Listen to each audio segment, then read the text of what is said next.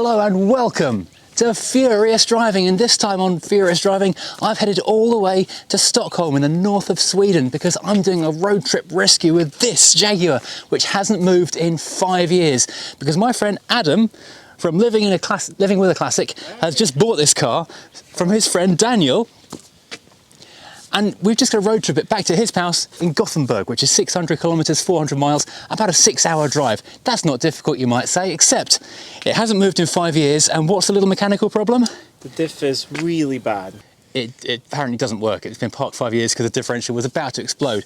Fortunately, Daniel is quite keen on Jaguars and has a couple of tools. So we've got somewhere to work. It's going to be warm. There is beer. Hopefully we can put this together. Oh, and we've got 2.5 days to do this because I've got to fly home to England. You want the bad news? Bad news? We're going 2 hours south of Gothenburg. Oh, we're going to south of Gothenburg. Okay, great. We should probably get started then. Let's do that. Okay, Adam, you've bought this car off your friend. Yeah. What is this thing? Tell me all about it. It's a 1995 X300. And you and I, we talked a lot about back and forth of what car.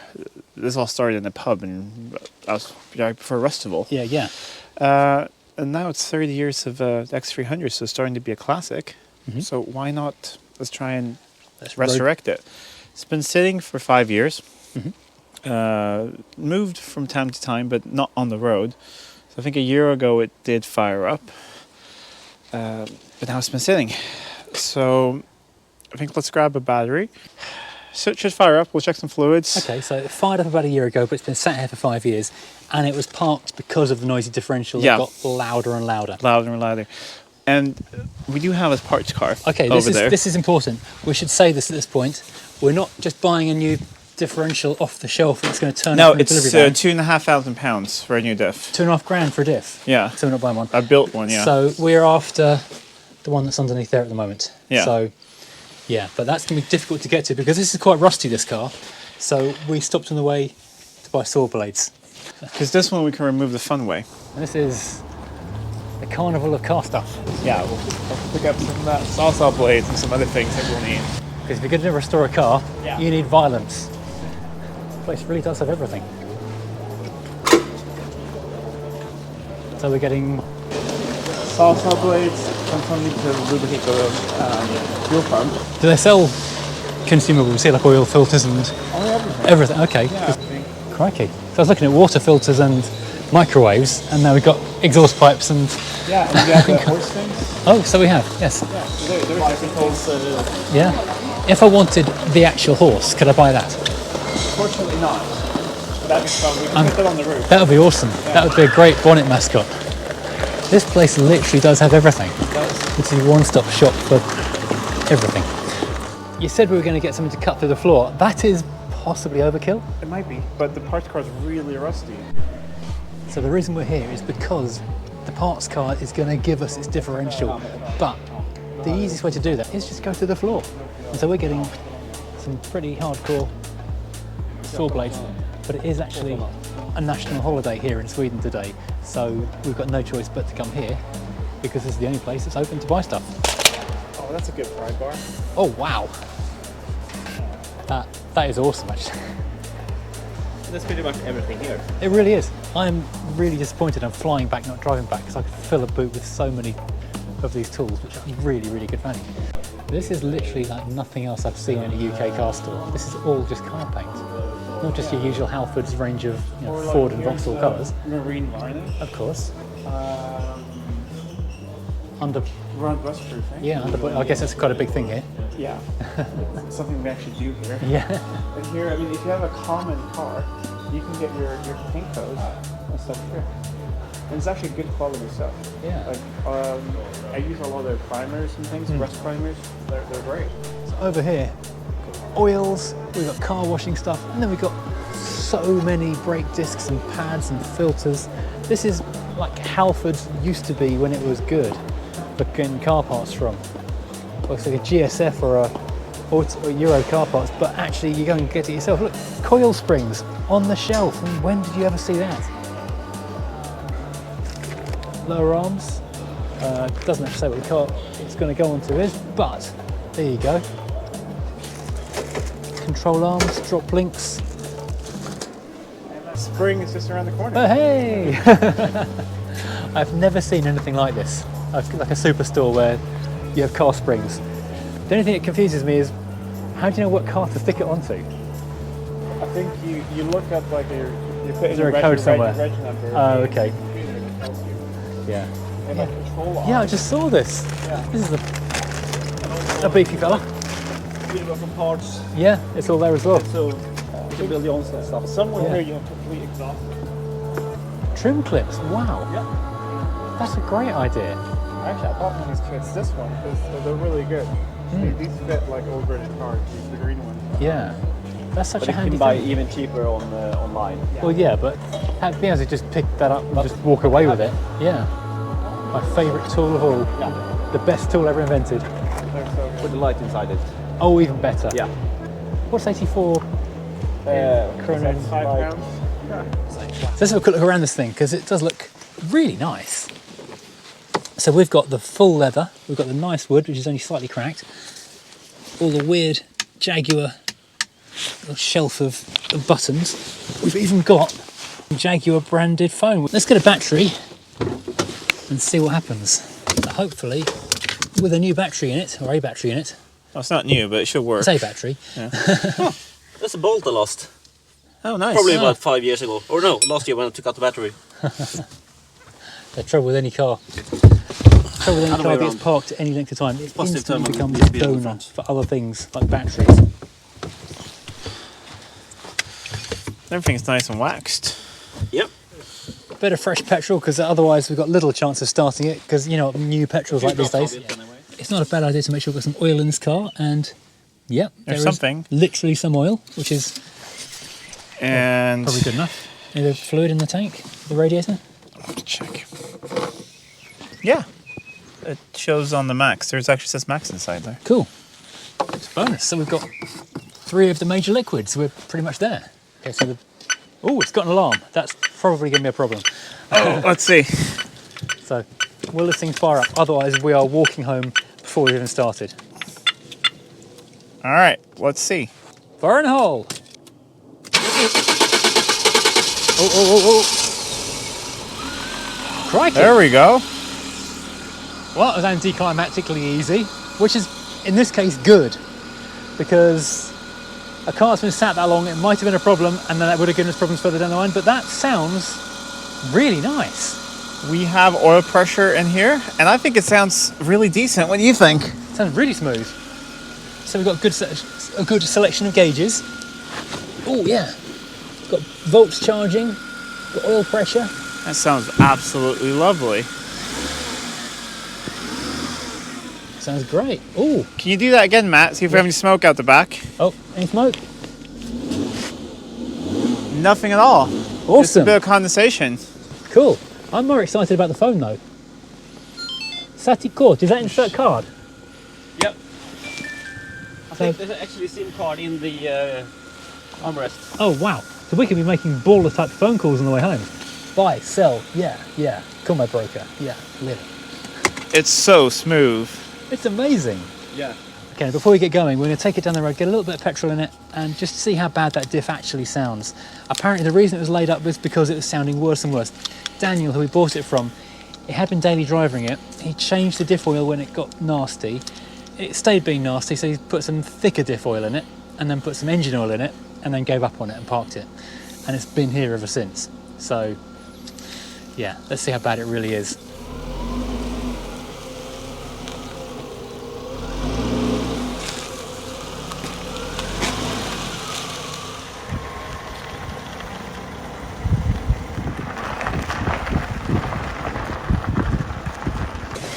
Okay, so let's take this thing down the road, put a few gallons or litres of petrol in it, see if that, and the additive we've just put in the tank makes the fuel, that's nice, isn't it? I need a hat like you. Yeah, I'm not doing it to keep my head warm, well, partly to keep my head warm, mostly to get the headlining off. Yeah, see if that keeps the fuel pump quiet, because these Jags are notorious for bad fuel pumps, and they're not easy to change. You've basically got to take the back seat out and cut a hole in the rear parcel shelf to get to it.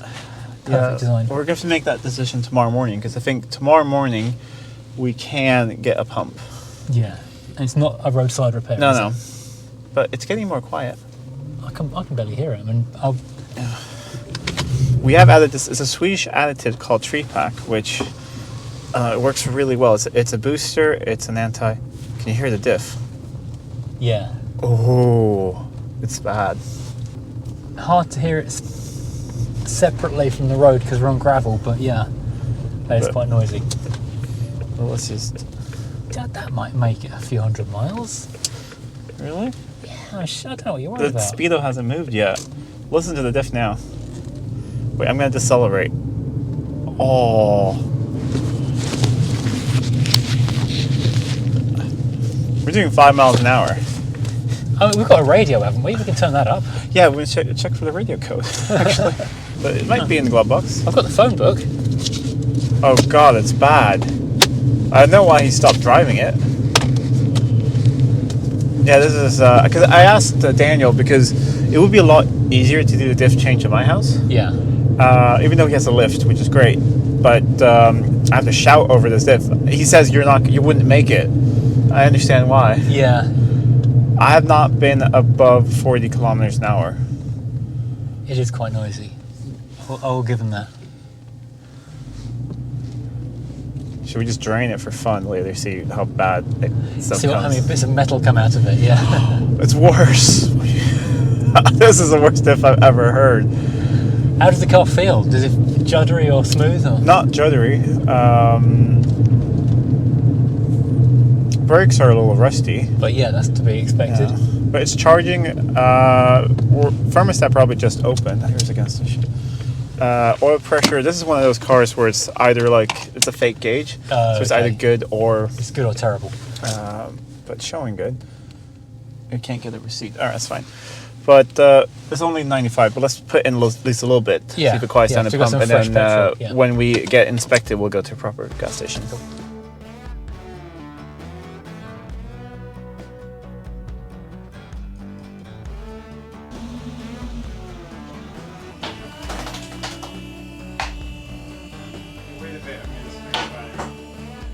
Right, this is our donor car. This is an XJ6, well, from 1995 or 6. And I can tell you that because it's on British plates. It's from Stratstone of Mayfair.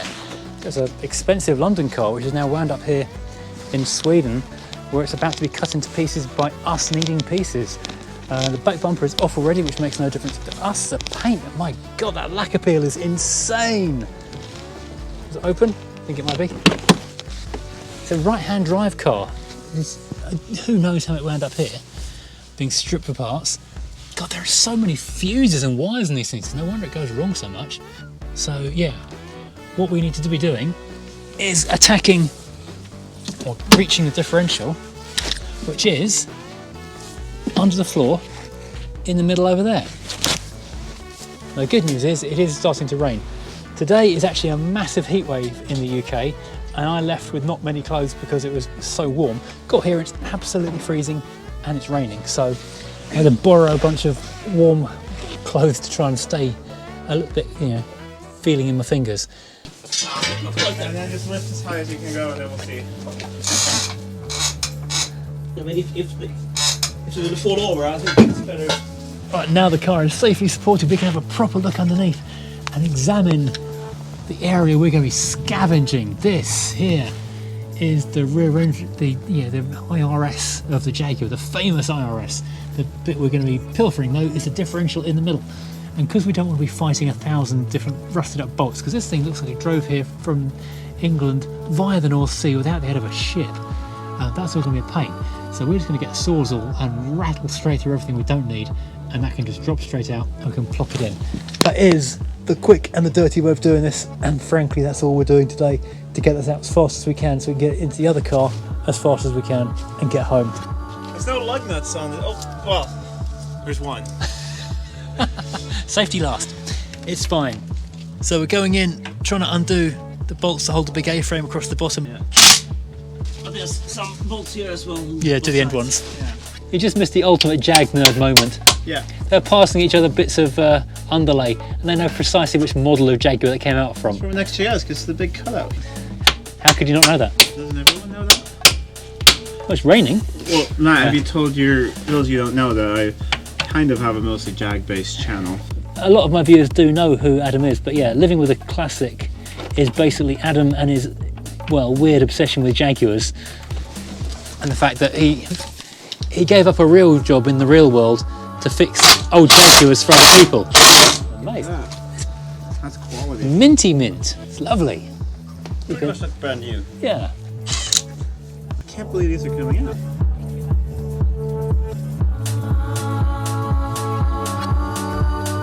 You cut away the exhaust first. Usually use a saw. Do you want to use the sauce? I hate sauce. The exhaust is broken anyway.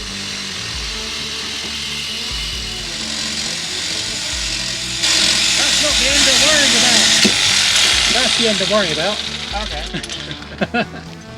I didn't want this end to hit you in the face.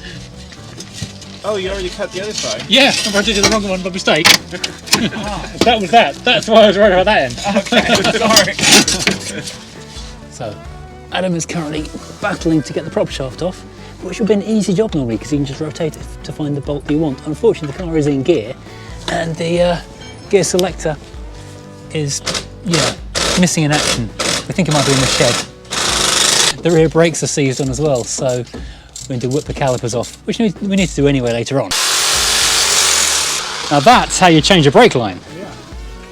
So what's this weird baby pram thing you've got there, Adam? It's a motorcycle jack. Right, Now we start to lift the car. Okay. yeah, No, it's don't go any further. how many bolts? Yeah. 1, 2, could it be 4/8, something like that? 4/8. Okay, so not many. Let's get dangerous.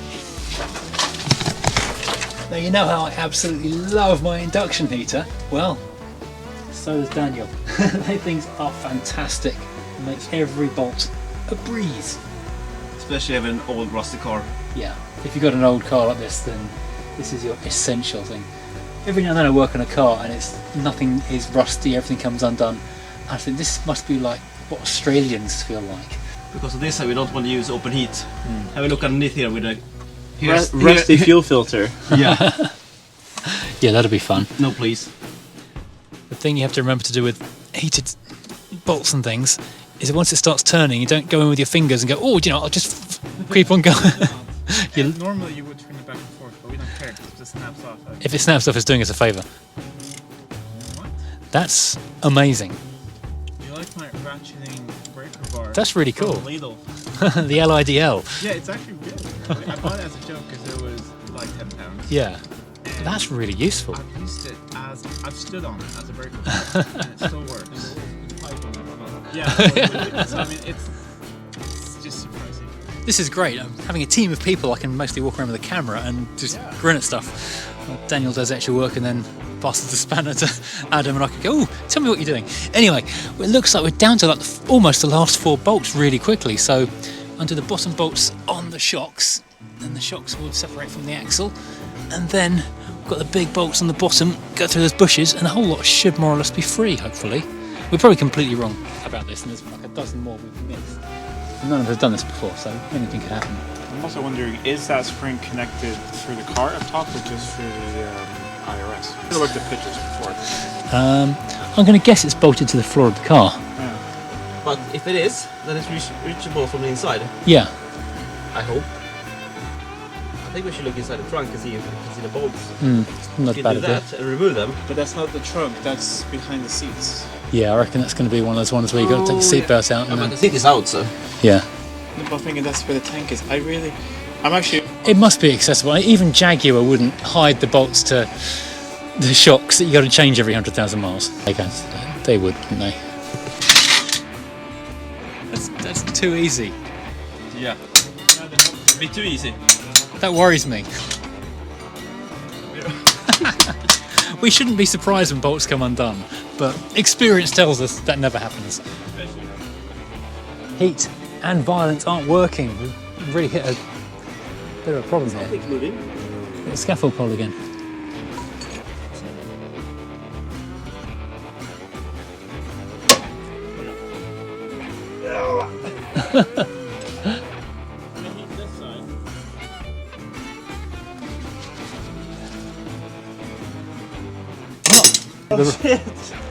They've broken it off.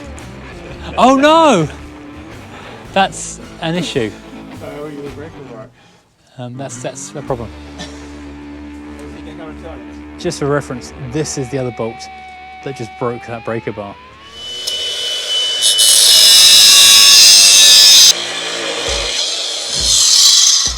Well, that's one end of it taken off.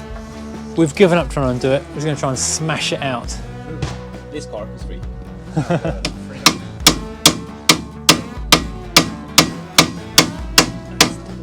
Plan D is actually a little bit less destructive, but still fairly destructive. It's going to try and cut a slit underneath the length of that bolt, then it'll make it possible to hammer the bolt out.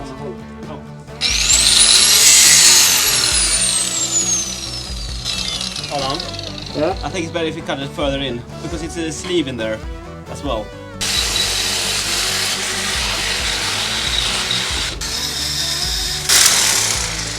Okay. You walk away slowly and release the jack. Pretty much. Run!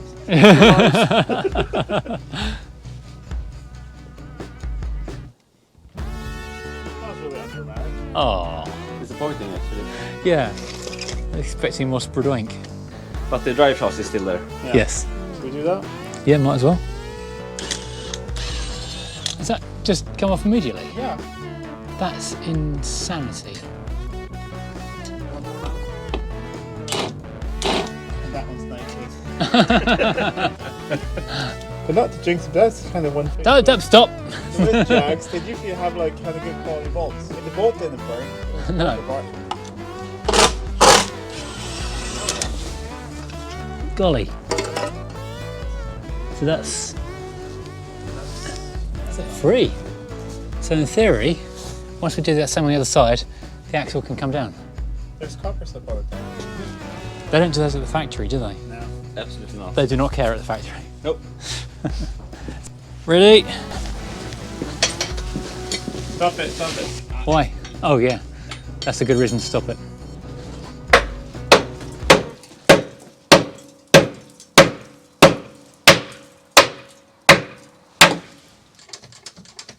Ah, 1 sec. Yeah.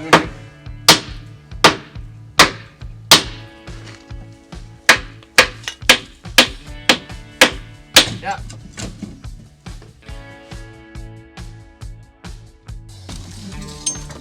Nice. That's free. That was free. Yeah. How heavy is this thing? That's pretty heavy. It's going nowhere. Do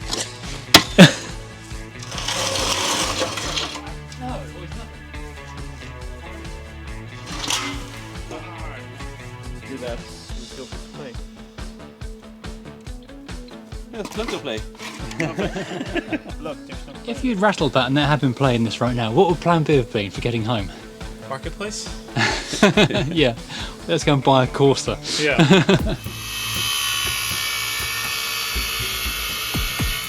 We spent quite a long time battling these bolts that hold the half shaft of the axles onto the diff.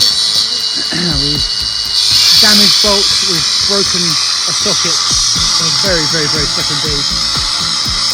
This is the quicker option, which saves us several hours. As it occurred to us, we don't need the bolts, we don't need the nuts, we don't even need the axles. Just scrap. Why are we trying to save it? Right, we have just had a slightly sombering moment. It's not just what Daniel ate earlier.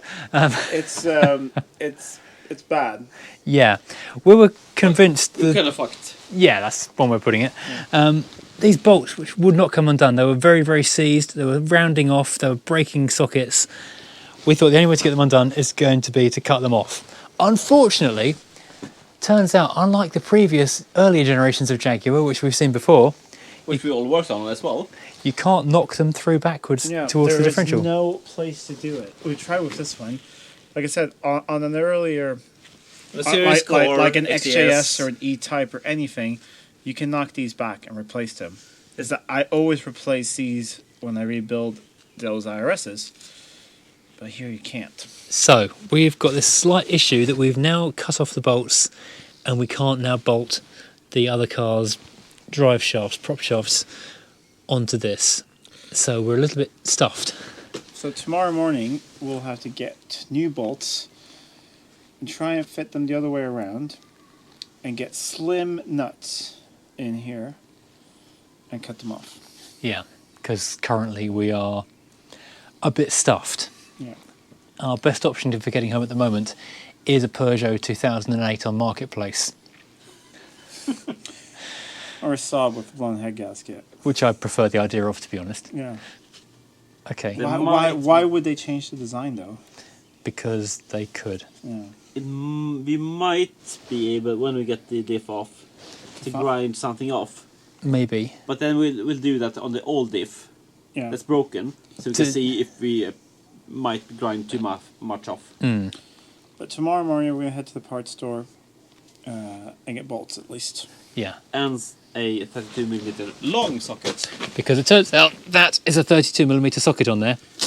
inside there. Yeah, and no one has Quite that. deep. No one has that. But we found a parts store that has one in store half an hour away. And they open at 6:30 in the morning. Yeah. So we'll do that. Yeah. I think we've all kind of lost a little bit of Steam. I think we're gonna go inside. We're just gonna put up a camera, just let it roll. I think we're just gonna cue some music and work and get the other diff out. It should be the same as this. Hopefully, See how much we can get out tonight, Yeah. because that Yeah. will just feel better when we wake up tomorrow. knowing we've got at least some of it done. And in the garage, it's warm, plenty of light, and also quite a lot of cold beer. So Will help. I think we'll do that Today, maybe not tomorrow. Yeah. Right, let's go and do that. Honestly, if you have a look here, where we got one of them off. Do you see how damaged it is? We would have never gotten nuts on here again. Yeah. Well, maybe with a thread chaser. Yeah, but I mean, it's It's broken.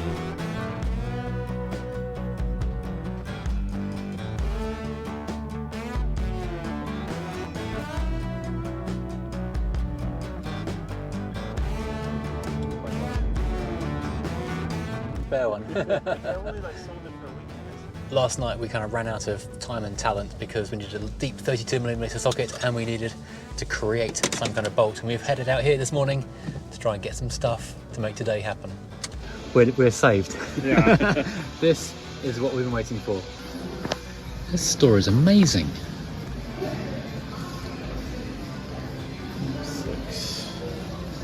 If you want a bolt, if you want a nut, if you want a washer, just buy whatever amount you need and whatever size. Did you say it was nuts?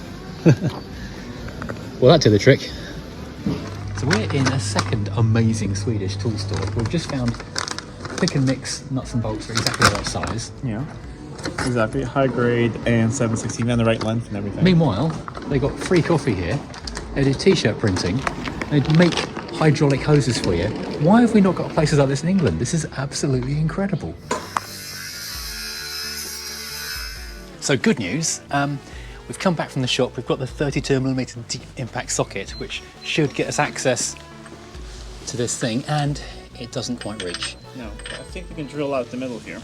Worst case, get another socket and weld it on here. So yeah, modifying tools, modifying the parts. This is a really, really bad design. Thanks, Jag. Yeah, it's really good. We're stuck, we're running out of time, and It's starting to rain. at least it's raining, yeah. Yeah, we're checking how deep the snout goes into the drive shaft. If we're able to cut up even just 5mm or something, That might just get us through, yeah. And while they're messing around doing that, I'm going to drain the old oil out of the old diff, see exactly how bad it was. Oh, well, it's actually really clear. Yeah, okay, it's only done 10 kilometers, but... And it's engine oil. And it's engine oil. Yeah, that's done 10 kilometers, so that's quite dark for virtually no movement.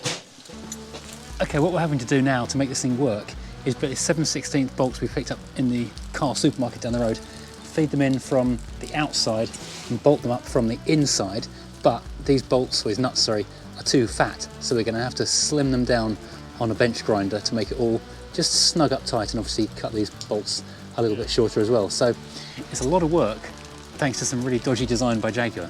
Right, so if anyone's got any marshmallows, now's the time. So our beautiful new 32mm deep impact wasn't deep enough, so we've crafted a deeper impact. Yeah, by welding another 32mm on the front, which hopefully is going to be good enough. I mean, it's only going to last once, Yeah. Well, ideally twice, maybe, to put it back on again. But, you know, once is a start. Please work. I don't want to go home in a Peugeot. Whoa! And it's off. Hooray! Oh, yes! Amazing. You! Now that's a The sign. welds are good on one side. The other side, not so good. Well, as long as it's good on half of it, so that's good. That's really good. So that was a real sticking point. Into the I need a pry bar to get that out now. It's coming. There we go. Yeah. Three, at last. So finally we can lift this out. Oh yeah. Oh. It's 3 on this side. 3 on this side. Check the brake lines. They're free this side. Awesome. Yeah, it's perfect. That's great. Now we can roll this out, and all we've got to do is quickly pop that diff out Yeah. and have it back in The again. world's most difficult diff to remove. Yes. How hard can it be? No problem whatsoever. I know Back on again. what is bad. Ooh. Oh man, that's bad. Well, there's your problem. It's not supposed to do that. No. This car had road trip to Iceland, apparently, and looking at the stuff that's come out of the bottom of it, looks like it was brought half of it back with us. And we do wonder, in fact, if that's actually why the differential failed. Maybe one of the seals was going and it got some Icelandic volcanic grit into the differential. That's why it's broken. We don't need to save the bolts on this differential either, so we're going to just quickly whip them off as well, because there's no point fighting these for an hour. We can do this in 2 minutes. Finally, only a day after we should have had this done, the differential is now out of the car we're planning to drive back to Gothenburg this morning, which was 4 hours ago. So now all we've got to do is lift the non-broken differential into this cradle, get rid of that, and put all this back into the car, ready to leave 4 hours ago. This is an absolute wreck. It wobbles when you go forwards. It won't even turn backwards if you try and push the wheel. So the car wouldn't have reversed properly. God, that's terrible. And this is the oil. This is what came out of it. This did 10 kilometers. Look how black that is. And you can actually see shimmery sparkles in there, which is most of the differential internals of the teeth. If you're a dentist, you could probably reassemble this, like Jaws from James Bond. I think it's really unfair, you know, with like OnlyFans and those things. Like, why won't women want to take art pictures? We're beautiful as well. Yeah. Yes. Yes, Adam. End of discussion. I think the problem is the saturated markets. That's definitely the problem. Yes. Yeah, okay. There we go. Okay. And then tilt forward. That made it even worse. Yay. I think lower it down, but now we have so much space here that I can't hit it. Oh, look at that. Like a glove. And then probably these washers here. We need to paint the special tool black so it's certified as impact resistant.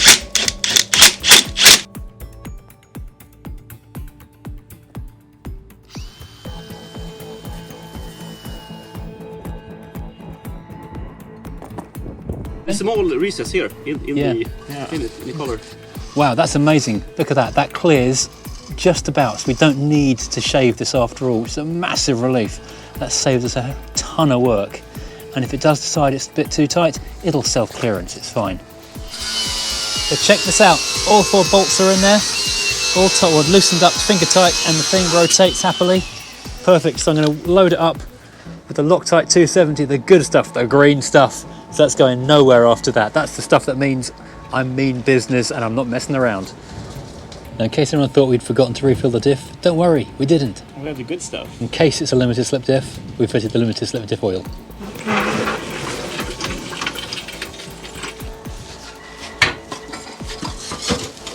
Yeah, If we can. it's going to be a 2-person job, isn't it?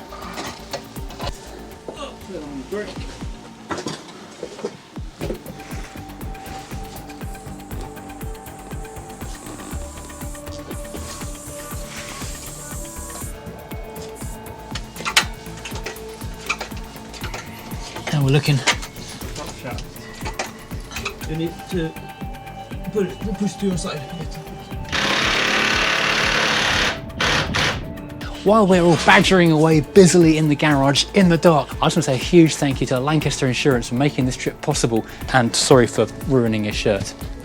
Try and wash it for you, don't worry.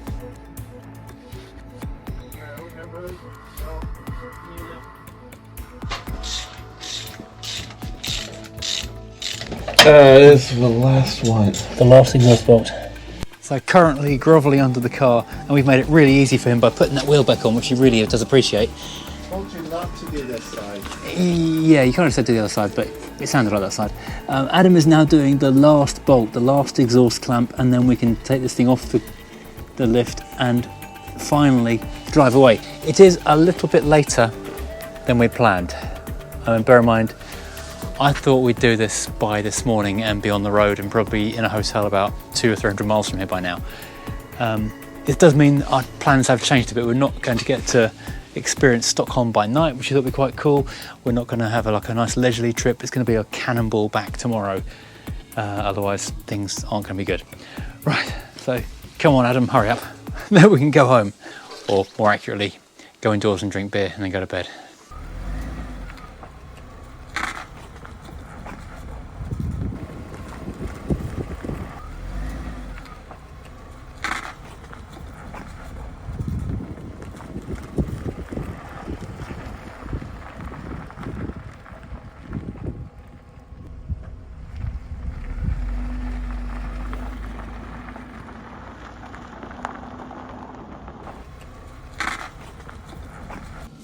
All right, Let's go. Let's hit the road.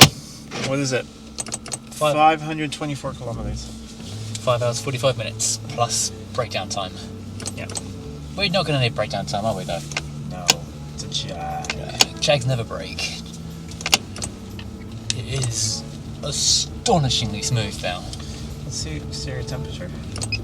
10 degrees. Okay. I agree with my watch. Well, we're heading off and it's already beautiful scenery. We're only a short distance from Daniel's house and this is incredibly scenic. But what we've got to do on the way home is make a bit of a detour because this car hasn't driven for so long. It's run out of its MOT or its annual inspection by about 5 years. So we're going to call into a testing station and get the thing tested. They've got a few drop-in slots today. Fortunately, it's a quiet day. Unlike in Britain at home, where I could potentially book an MOT at home and drive 5 hours home to a booked MOT, which is very dodgy indeed, but people do it all the time. You can do that here as well. You can do it here as well, but yeah, the police will if you crashed and the police stopped you, they'll take it in view. What we can do here, the rule is a little bit different, really flexible actually. As long as you don't fail too catastrophically, you can actually drive the car for another 30 days. So even if we fail and it's not anything too serious, we can just drive home completely legally, which is amazing. And then we're talking like not terribly rusty, that we at least have some brakes. Yeah. And we can have like a failed parking brake. We can have an indicator bulb out, something small. Some minor problems, yeah. But to be honest, the way this thing's feeling, I'm pretty confident. Everything works on it that we've seen. Yeah. No lights on the dash, it's great. Heat's working again. Oh, that's the most important thing. I hope they're not going to mark us down too heavily on this headlining, because seriously, that's... Oh, it's sagging quite a bit. Yeah. I actually thought the car had a sunroof when I bought it, so I thought this wouldn't be such a big issue, but no. No, it is actually a massively annoying... Maybe buy a staple gun on the way home. We could do that. Incredibly, I wasn't recording this. Adam just told me that his Panovise suction cup, which is the same thing that I use for my GoPros, interestingly, he didn't buy it off Amazon like I did. He bought it came with an L322 Range Rover. Yeah. This was an option that came with a Range Rover, so you could wirelessly GoPro the outside of your Range Rover when you're off-roading and see what you're driving over. Now, I'm not sure if it came across in the video when we were working in the garage the last 2 days, but there were points over the last 48 hours, and we are way over budget on time here, when I was really starting to doubt that we were going to get the car done, not just on time, but at all, because a few bolts just weren't coming undone, and we were seriously struggling to get anything done. For me, it was when we realized after it was right before dinner, we cut the bolts for the diff, for the axles, and then after dinner we went down and realized what we did. But we knew though we couldn't have got those undone. We had to cut them or just not do it. Unfortunately, it's just a terrible design. You cannot get a socket on them. No, and they were so rusty that heat and violence weren't going to do anything. We finished at midnight last night. Now we're just cannonballing through the countryside to get back in time. Currently, we are actually on an island, believe it or not. What's it called? I really actually don't really know. Okay. I'm not from here. It's a long way from home. Yeah. Our plan so far is to stop at the first major petrol station and get some really good quality fuel. We put some petrol in last night, but it was only the cheap stuff from the local station. Yeah, so half a tank. Yeah, that's refreshed it quite nice. Then we put some water pump lube in the cooling system as well. Try and give us as many advantages as possible. So far, touch wood and all that, the car is being smooth and quiet and behaving itself. The tires are a lot more round than I thought they would be. Yeah, considering it's sat for so long. Well, good news, we have got, I can't show it to you properly, an MOT test, an inspection test. The car passed with pretty much flying colours. Well, actually, the brakes were perfect. Yeah. Nothing, and we felt that all the calipers are cold. I wasn't really expecting that. No, we thought maybe the furred up discs might be a bit of an issue, but no, drove far enough to clear them off. And Yeah, but the rear must have had new discs right before, because they looked shiny from when we just drove around the block. yeah, so much of the car is so well cared for. There is a book, I will show you a clip of this. The previous owner who'd owned it, was it from new, was he? He had it, or nearly new. Nearly new. He kept a receipt of pretty much everything he ever did with this car, even like filling with petrol, but he serviced it impeccably. And he had it wax oiled. There's wax oil everywhere underneath. It's got little holes where you can inject the wax into the sills. And he's like a scrapbook, mounted all the receipts for things. Like really on like cardboard, like mounted, like it looks like a scrapbook. And he, right before he parked it, the whole car had new carpets for some reason. Maybe when he went to Iceland, he's ruined the carpets. I think so. And the really nice thing that we noticed, because we picked the diff from a 3.2, and it should be a pretty close diff ratio, but it was going to be not correct. It was going to be 200 more revs at highway speeds. I have my GPS speedo here, and the speedo on the car is dead accurate. It's like 2 so kilometers I'm guessing the parts car someone must have put a 4-liter diff in it. Yeah, and this is a limited slip diff now, which we didn't have before, wouldn't have had before. No. So it's really good. So it must be, maybe it's a diff from a Daimler then. Because Daimlers are limited, I think. Yeah. They're really good though. And so far it's quiet. It's really good. But it was really lucky that Daniel sold you this car. Yeah. But also Daniel had a parts car, so he could sell you, donate you the parts to make it work as well. The deal was, I said, I'll grab the car, but I want the diff from the parts car. So we can make it drive home rather than trailer it back. Well, because diffs are really expensive for these. They are, yeah. Yeah, because I want one from a P6, because I want to put a limited slip diff in the V8. But yeah, they're a lot of money. So now we're about to head out onto like the main highway, and then we should probably stay on that almost the whole way down south. So far, no, it seems to be good. The only thing we have had a minor issue with the anti-lock light came up after the test. Yeah, I should emphasise that. It wasn't on when we did the test, but everything seems to be okay, so it's probably just a sensor fault. I think so, because when you turn it off and turn it back on, it goes off until you start rolling, so it's probably one of the wheel sensors. Updates. Important updates. We now know cruise control works. We have just realised we didn't look at anything in terms of fan belts, serpentine belts, that kind of stuff. So we're just kind of hoping all that kind of stuff's going to be fine. So we realised that we're just going to we're doing 50 miles an hour home, I think. We're going to cruise gently, let the car brake back in.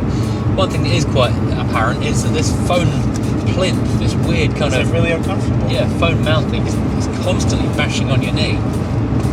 It's a really strange place to put it. It's great for the driver, but not for anyone else. There we go. I can make calls. Yes, I'll meet you at the golf club. So So we've sort of fun little navigational snafu, Yeah. nearly minutes into the journey. We're heading off the motorway to go and get onto the petrol station and missed the exit, and we're now going back on the motorway to where we came. So we're getting to drive the car a little further than planned. It's all part of the plan. Yeah, we want to really sort of stretch the car's legs. Well, it's only 46 kilometres to Stockholm. Yeah, It's good. it's good. It's just so we're not going there. No.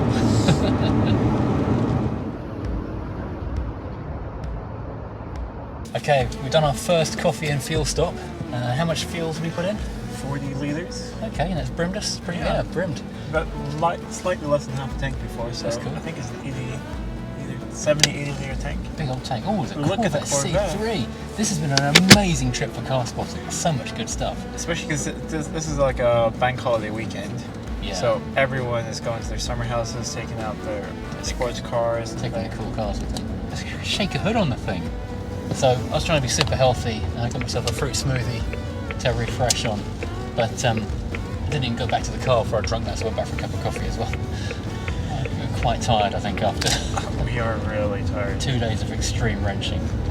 But I think let's get the 2 hours under the belt and then we'll grab lunch. Yeah, sounds good. This morning in the shower, my back was so bruised that even the water was making my back. Instantly, we fixed the roof. Yeah. That's what We no longer have a headlining issue. Can't see out the back window, but we fixed the headlining issue.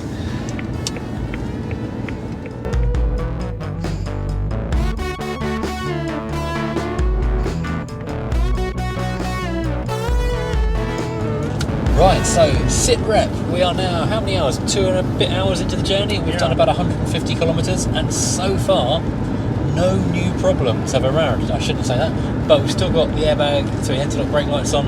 We've still got juddery flat spot tyres. We've still got juddery brake discs, but apart from that, nothing else has broken yet.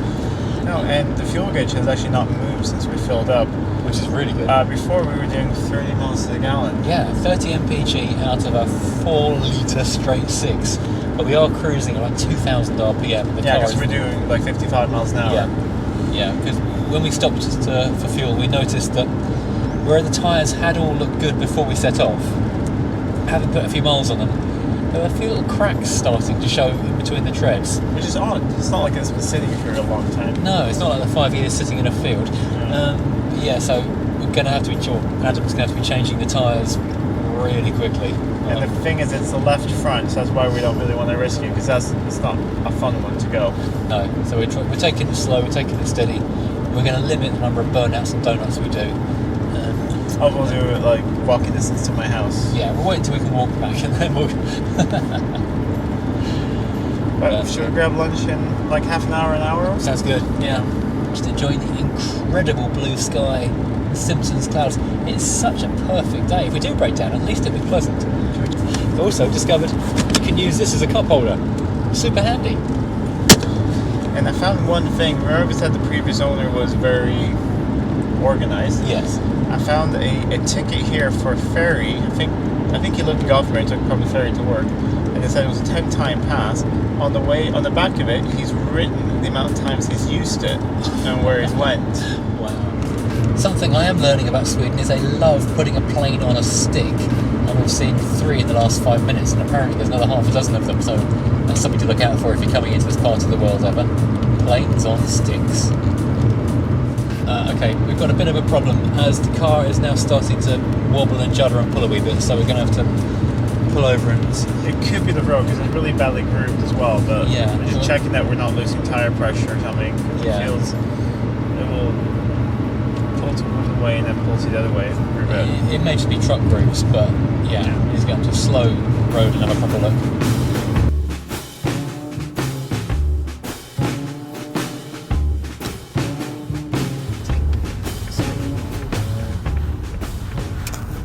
If you let me know where your money is, I'll kill you gently. Oh, thank you. I haven't got any. It's fine. Okay, we're doing a lunch break now. A place called Max, which does both gluten-free food for me and lactose-free food For me. for Adam. So between us, we're a nightmare. And it's local. And we don't get this outside of Sweden, so it'd be fun to try this as well. Oh, is it? Oh, okay.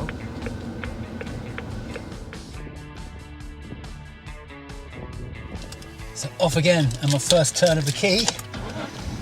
First go driving this thing. Yeah. You're messing up all my adjustments. I'm messing up your seat and making it all wrong. I don't even need to move it, I just want to make it wrong for you. Exactly.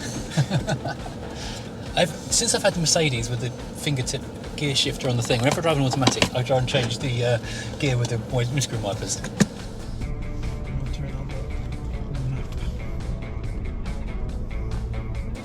Yes, I've got to remember I'm driving on the wrong side of the car on the wrong side of the road. No, the right side of the car and the right side. That's the right side of the road. No. In every sense. Correct side of the car. The throttle pedal. It's weird. It's very odd, yeah. You feel like you've got to push it a really long way before anything happens. And then it just takes off. Yeah. You're good from the right. Yeah, we're still on the Playmobil roads anyway, so Yeah. crashes don't count here. No, they don't. This is called a roundabout. Okay. You go straight in that. But if you go Yeah, round through the- it, through the middle. What's a Japanese car meet going on? Must be. Straight on again. Or left. Left. Left. I was distracted by the Japanese cars. Another E36. Must be some kind of meat. Yeah. So now we're back on the road. I can say how impressed I am with Swedish fast food in England, because I'm gluten intolerant. I can't buy a gluten-free burger in England. I have to go and buy a McDonald's and take a loaf of bread into the restaurant and sit there and dismantle the burger and reassemble it as a sandwich, which is very annoying, gives you weird looks. Here, just ordered a burger with a gluten-free bun. It's fantastic. And they even assured you that everything else was gluten-free, that the fries were fried separately. It's so good, yeah. Sweden's just become my new favourite holiday destination. There's some nice people here too. Well, exactly, yeah. Ooh, juddery brake. So we're coming from motorway because there's a little bit of sightseeing to do here. This is Sweden's biggest lake, and honestly, it looks like a small sea. Yeah, I think this car needs a little bit more fettling because the brakes are odd, the accelerator is very odd, and the steering is extremely odd. Yeah. But other than that, it's brilliant. Oh, we didn't look at those things. Oh, yeah. What we looked at actually feels good. Yeah. Did we discuss on this camera or Adam's camera? I can't remember how big Sweden is. It's an enormous country, way bigger than people anticipate. It is as long as California. It's vast, absolutely enormous.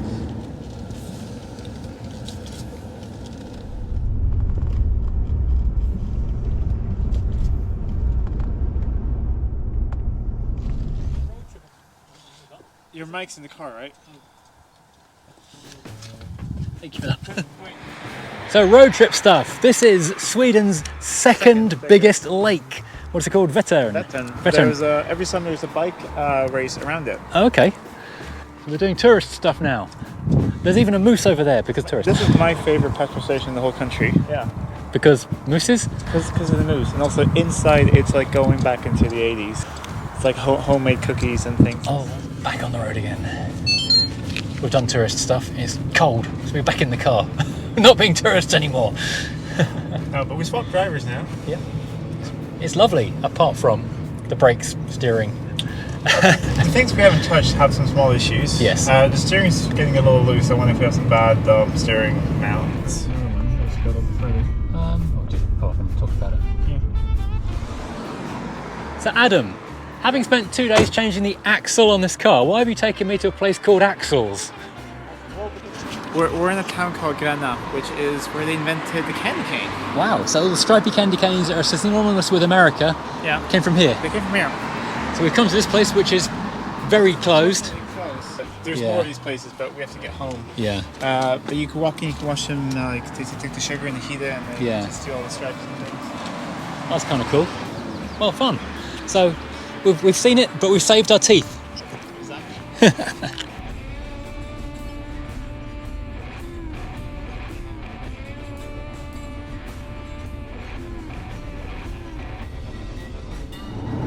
So it's about another 20 kilometres or so since we pulled over to look at the lake. We've looked at the candy shop since then and still been driving.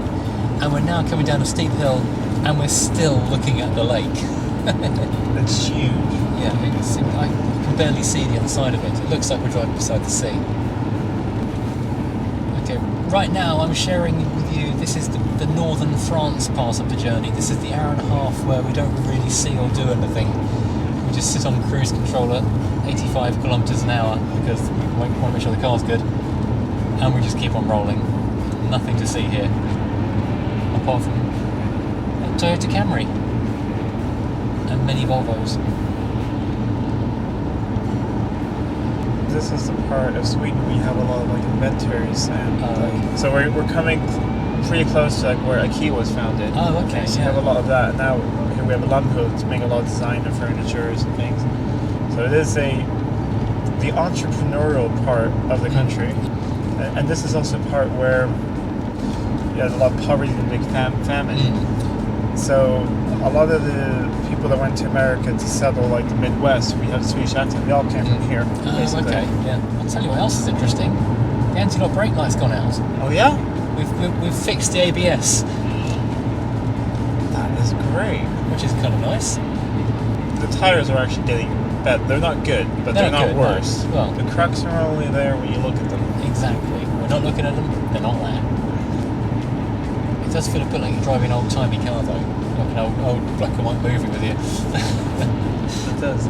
But I'm amazed of the steering wheel has no wear on it. No, it's amazing, isn't it? 280,000. 200,000 kilometers. 200,000 kilometres. See what that is in miles. That's going to be about 120,000. Yeah, 120,000. Considering how old it is. Well, yeah, 1996, did we say? Yeah. We've pulled over for coffee and obviously to use a tea shelf. However, I've got to show you this book. We mentioned it earlier in the story.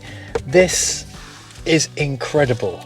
This is like every receipt the guy's ever had, and he's used like the paper here to like put in handwritten receipts. So someone painted the covers over the side mirror. but he's mounted it Yeah. on scrapbook paper. Yeah, normal to have a service book, but not to keep every single receipt. This guy really, really, really looked after this car. He was looking for scrap cars to get a diff. Yeah, this is 10 years ago. The price was 6,500. That's Danish kroner. So that's much more. It's like Yeah, £1,000. yeah, £1,000 a decade ago was a So lot of money. diffs are really expensive, these. Yeah, He took a trip to Iceland in the car and the Faroe Islands. So he did all that, and he put pictures in here like a scrapbook. yeah. It's like the car's life. It's a scrapbook And of the here car's is, like, life. his big trip on Google Maps. What he did. It started in Stockholm, drove up to Reykjavik, around the island, back through Faroe Islands, very long ferry ride, Yeah. back through Denmark, back into Germany, past Hamburg, then back through back to Denmark again, and back into Stockholm. But 2020 years, let's say. 2018. 2018, sorry. It's probably right when it was parked. Yeah. I did notice a lot of sort of looked like volcanic ash. It was, things yeah, in it the was whole gritty grey car. So I dust. wonder if that killed the diff. I also Here's- wonder if, here's yeah, here. The Faroe Islands. in amongst that kind of 3rd of October, 2018. 640 meters above the ocean. So it's really kind of cool. However, he kept one book for himself. He wrote down not only the mileage on every fill up, he wrote every single trip and where he went Wow, in the car. that's almost And every single insurance thing. We don't want to show his thing. A service. there's not a thing that wasn't. 11-year service, it's called. The handle of the parking brake mechanism feels dry. So yeah, the leather Customer felt complaint. dry. That was a customer complaint. Yeah. And they fixed that for about £250. Wow, that's a lot of money for a dry handbrake. Yeah. So he's had a couple of been towed a couple of times. We should probably check these before. Yeah. Car broke, car got towed, car was fixed expensively. Yeah. But I've never seen, like you said, the scrapbook. Yeah, no, I've seen big files on cars, but I've never seen anyone do this. Parking tickets. Oh wow, as in a fine Yeah. rather than yeah. So He's I don't kept a wanna show- memento of the occasion. And also, we kind of have the ULEZ thing here as well. We just get a tax when you drive into a city. So it's every single one of those for this car. So this is just like £10. That's ridiculous. 5. Yeah, it's Every time he's driven in, he's kept a receipt. yeah. Here is what was done. Oh my god. This is to correspond with the service book. What was done at each service and the brand Oh. of oil. So this is ridiculous. That is so much information. No one could ever need that much information.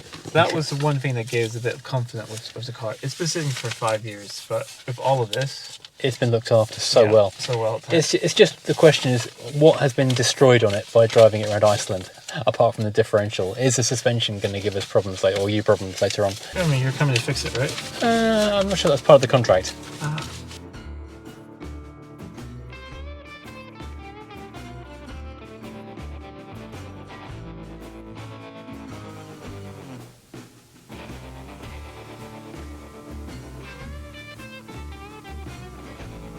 So we're following a child, probably a 16-year-old, driving the car in front, having a driving lesson. I think we touched on this in the driving the Volvo to Gothenburg video a little while ago. That over here, because it's such a big country and so things are so far away, young people can start driving a lot younger, basically, can't they? Well, at 15, you can have a car that's limited to 30 kilometers an hour. They just changed it to 45, actually. So all the new ones can get re-registered to that. Yeah. Then at 16 and a couple of months, I think you can start driving with a parent. Your parent needs to take a course in just awareness. Then you put a magnetic sticker on the back of the car. Is that a triangle? No, it's different. No, that's for slow vehicles. Oh, yeah. Then you can drive a regular car with your parent that has gone the instructor course and passenger seat. Yeah. You put this magnetic sticker on the back of your car that says, I'm practicing driving. Yeah. But then you have that other thing where you can have a 16-year-old or a 15-year-old can drive any vehicle as long as it's only 2 seats and only limited to... Limited to 30 kilometers an hour, but they changed to 45. Yeah. But there's no size limit, so you can be like driving like an articulated lorry cab. Yeah, there's a guy up here, he has a Cayenne, and it's built like a really high off-road lift, kind of like an overlander thing. Yeah, but only 2 seats and limited to speed. Yeah, you can't use the boot, and you can't get into the back seats. Right, yes, it's got to be a 2-seater only. Yes. But this is, because sometimes a house can be so far from anything, it's kind of essential.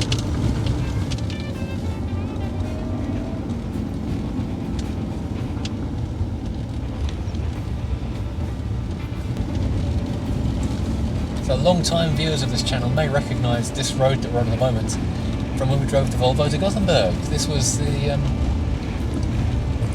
mountain adventure roads we left Adam's house from, or via, after we had our clutch fixed on the Volvo 740. If you haven't watched the Volvo 740 to Gothenburg series, then do please check back the link in the description or wherever, or in the tags above, because that was a great fun adventure.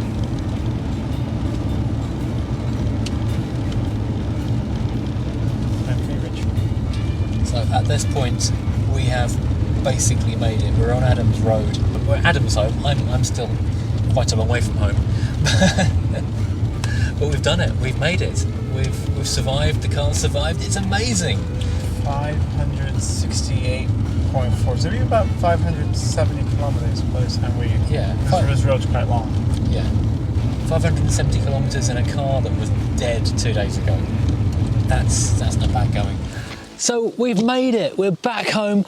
And this is admittedly the next day because last night it was raining and dark, but we've had a good sleep, a good breakfast, and a good chance to look at this car and think, wow, we actually did it. We completed an impossible task, a ridiculous drive, and we got back okay. So a success all round, really.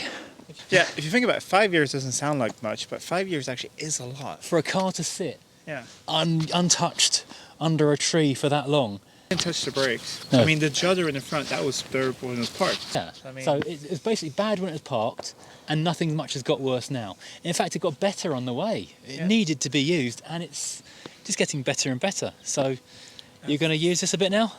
I am. It's taxed and MOT now, so I'm going to probably daily it for the next couple of weeks. Yeah. And then there is actually a surprise about this car, but Step back into Adam's channel in a few weeks' time. It's going to be a really fun thing with this car. I was going to say you're going to drive me to the airport in it now, but as the tyres are still the same tyres as yesterday and we're going to do 50 kilometres an hour, I think we'll take something different. Yeah, we will. We have plenty of Jags to choose from. Yeah, we'll take a newer Jag. Yes. Well, thank you for watching. I hope you've enjoyed this ride and this adventure with the X300. If you have, please hit like and subscribe. And of course, head over to Adam's channel to see his take on this journey as well. And join us again next time, driving something completely different. Goodbye.